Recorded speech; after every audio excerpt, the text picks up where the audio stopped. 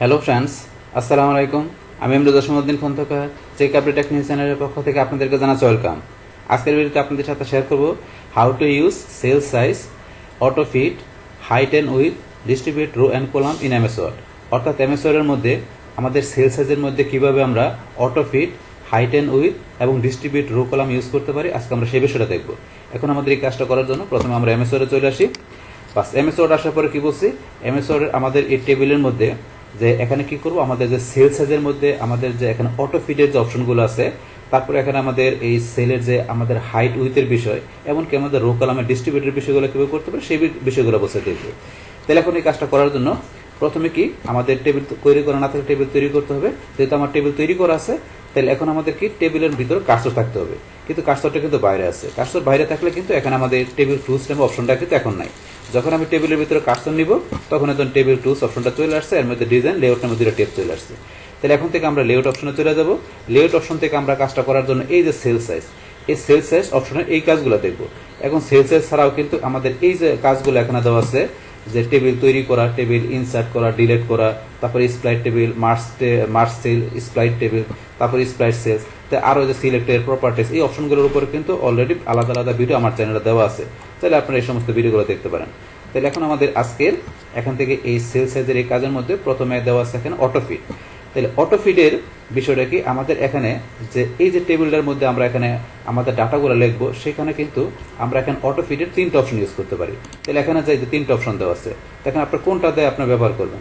তাহলে প্রথমে দেওয়া আছে অটোফিট কন্টেন্ট। তো এটাতে কাজ করবে কি, আমাদের টেবিলের কন্টেন্টগুলো এখানে অটোমেটিক ফিট হয়ে যাবে। তো কীরকম বিষয়টা, তাহলে এখন এটা দেখার জন্য আমরা প্রথমে টেবিলটা সিলেক্ট করে নিলাম। নেওয়ার পর আমরা এই যে এখানে ক্লিক করার পর আমরা অটোফিট কন্টেন্টে ক্লিক করলাম। ক্লিক করার সাথে সাথে কি হলো, আমাদের টেবিলের ডাটাগুলো মানে কন্টেন্টগুলো অটোমেটিক ফিট হয়ে গেছে।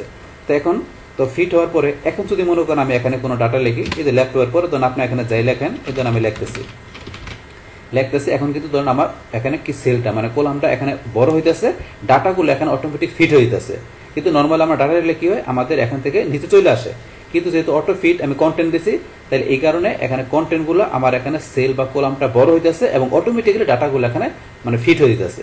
এইটা হচ্ছে এই বিষয়টা। সেমভাবে আমি যদি এখানে এই যে কোয়ান্টিটিতে আসি, কোয়ান্টিটি 3 আপনি যদি আরো বাড়াই দিলাম আমরা, এখানে এই কিন্তু বাড়তেছে। পাশাপাশি আমাদের সেলটা কিন্তু অটোমেটিক মানে কলামটা অটোমেটিক এখানে বড় হইতেছে। এইটা হচ্ছে আমাদের এই বিষয়টা। বাস তারপরে এখন যদি আবার আমরা পরবর্তী বিষয় দেখতে গেলে, আবার আমরা এটা ধরুন টেবিলটা সিলেক্ট করে নিলাম। নেওয়ার পর আমরা এখানে যাই, যার পর অটোফিট উইন্ডো।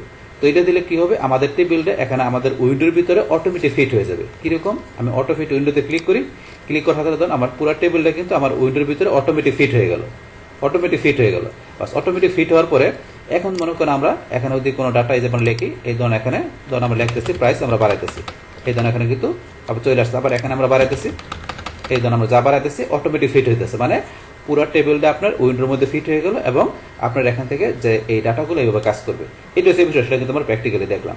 বাস তারপর এখানে কিন্তু আমাদের লাস্ট আরেকটা অপশন দেওয়া আছে, সেটা করার জন্য সেমভাবে আমরা এখান থেকে এই যে এটা আমরা সিলেক্ট করলাম। করার পর আমরা এই যে এখানে অটো ফিটে যায় আমরা ফিক্সড কলাম উইথ, এটা দিলে কি হবে, আমাদের কলামগুলো এখানে ফিক্সড হয়ে যাবে। তাহলে ফিক্সড হয়ে গেলে কি হবে, আমাদের ডাটাগুলো কিন্তু এখানে এই যে অটোফিট কন্টেন্ট উইন্ডোর মতো কাজ করবে না। সেই ক্ষেত্রে আমরা এখান থেকে যদি যখন কলামের বাইরে ডাটা চলে যাবে, তখন ডাটাগুলো নিচে চলে আসবে। আমি দেখাচ্ছি, ফিক্সড কলাম উইথে ক্লিক করলাম।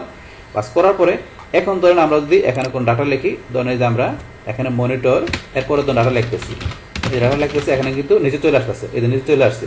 কিন্তু আমার এটা দিয়ে কিন্তু অটোমেটিক কন্টেন্টের মতো উইন্ডোর মতো কাজ করে নাই।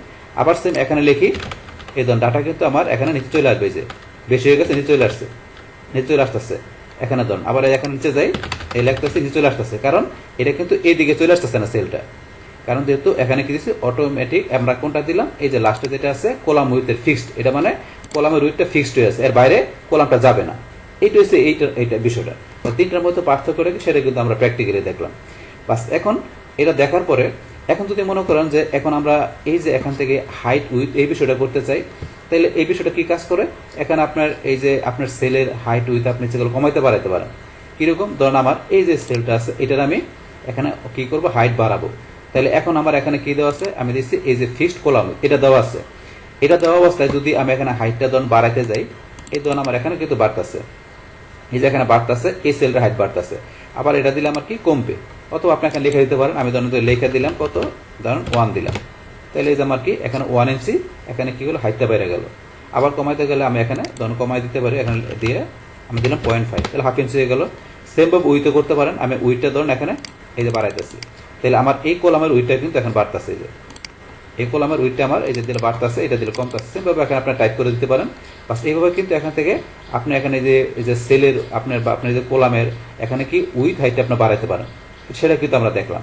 এখন কিন্তু যদি আপনি এইটা দিয়ে রাখেন, আমি যদি মনে করি কোনটা দিয়ে রাখলাম, যে অটোফিট উইন্ডো দিয়ে রাখি, আমি অটোফিট উইন্ডো দিয়ে রাখলাম।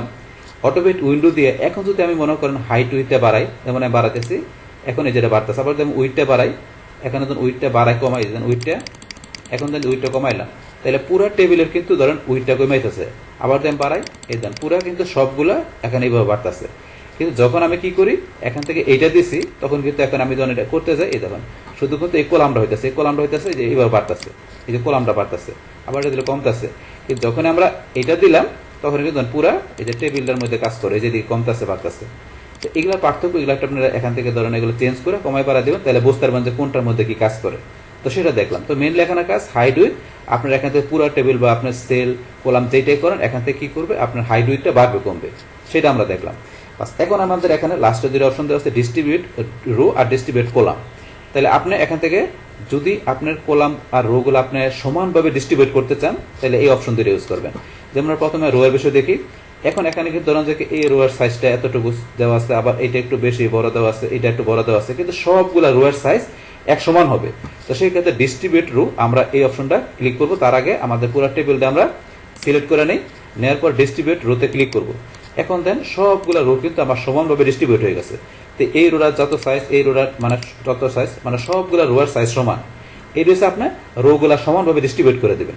তো এই বিষয়টা দেখুন। সেম ভাবে আপনার সবগুলা কলাম যদি আপনি ডিস্ট্রিবিউট করতে চান সমানভাবে, তাহলে আপনার পুরো টেবিলে সিলেক্ট করতে হবে। এখন ধরেন এই কলামটা বড়, এই কলামটা ছোট, এটা একটু বড়, এটা এরকম, আবার এটা ছোট, কিন্তু সবগুলো কলামে সমান ডিস্ট্রিবিউট করার জন্য আমরা পুরো টেবিলটা সিলেক্ট করব।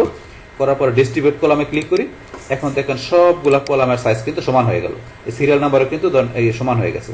মানে সবগুলা কলামের সাইজ যদি আপনার কাজের ক্ষেত্রে সমান প্রয়োজন পড়ে, সেই ক্ষেত্রে আপনি ডিস্ট্রিবিউট কলাম দিয়ে সবগুলো কলামের সাইজ এইভাবে আপনি সমান করে নিতে পারেন। তো সেটা কিন্তু আমরা দেখলাম। তাহলে এখন আমরা আমাদের আজকের ভিডিওতে এখানে কি দেখলাম, যে আমাদের সেল সাইজের মধ্যে যেখানে কিভাবে আমাদের টেবিলের যে বিষয়টা আমরা অটোফিট আমরা করতে পারি, সেটা আমরা দেখলাম যে তিনটা অপশনের মাধ্যমে। তারপর আমরা এখান থেকে হাইট উইথ কিভাবে কমাইতে বাড়াতে পারি, তাছাড়া এখানে রো কলামের বিষয়টা কিভাবে আমরা সমানভাবে ডিস্ট্রিবিউট করতে পারি, সেই টোটাল বিষয়টা আমি আপনাদের সাথে এখানে কি করলাম, শেয়ার করলাম। বাস তাহলে এই আমাদের এখানকার টোটাল বিষয়টা মূলত আমাদের আজকের ভিডিওর।